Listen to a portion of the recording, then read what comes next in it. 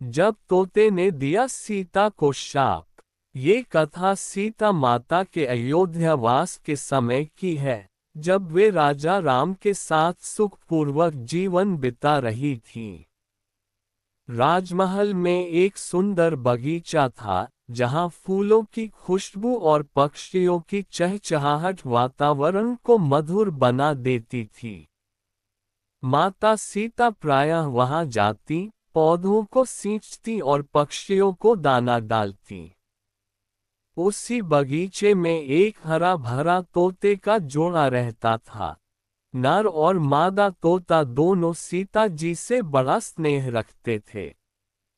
वे प्रतिदिन आकर उनके हाथ से दाना खाते और उनसे बातें भी करते। एक दिन सीता जी ने देखा कि मादा तोता अंडों पर बैठी है। दासियों ने मजाक में कहा, माता, इतना प्यारा जोड़ा है, क्यों न इन्हें पकड़कर पिंजरे में रख लें ताकि हमेशा आपके पास रहें। सीता जी ने सोचा कि पिंजरे में रहने से ये सुरक्षित रहेंगे और भोजन की भी कमी नहीं होगी। उन्होंने नर तोते को पकड़ने की कोशिश की।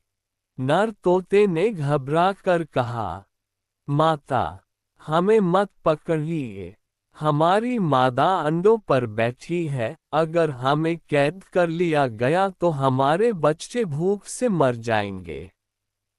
हमें आजाद रहने दीजिए। पर सीता जी ने दासियों की बात मानते हुए उनकी प्रार्थना नहीं सुनी। तभी नर तोते की आंखों में आंसू आ गए और उसने दर्द भरे स्वर में कहा, हे देवी, आप आज हमें हमारे बच्चों से अलग कर रही हैं। मैं आपको शाप देता हूँ कि एक दिन ऐसा आएगा जब आप भी अपने बच्चों से दूर हो जाएंगी और उनका लालन पालन किसी और के आश्रय में होगा।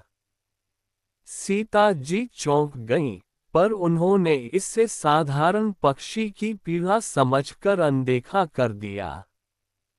समय बीता, वनवास, रावण का हरण, अशोक वाटिका की कैद और अंत में अयोध्या लौटने पर भी अग्नि परीक्षा और वाल्मीकि आश्रम में लव कुश से वर्षों की दूरी, सब मानो उस तोते के शाप का ही फल था।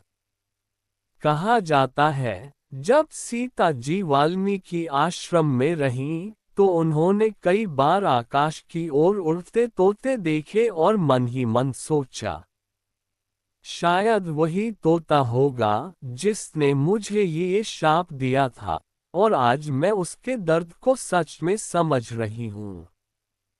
अगर आप चाहें तो मैं आपको इस कथा का और प्राचीन, दुर्लभ संस्करण भी सुना सकता हूँ, जिसमें बताया गया है कि वह तोता असल में कौन था और उसका सीता से पूर्व जन्म का संबंध क्या था।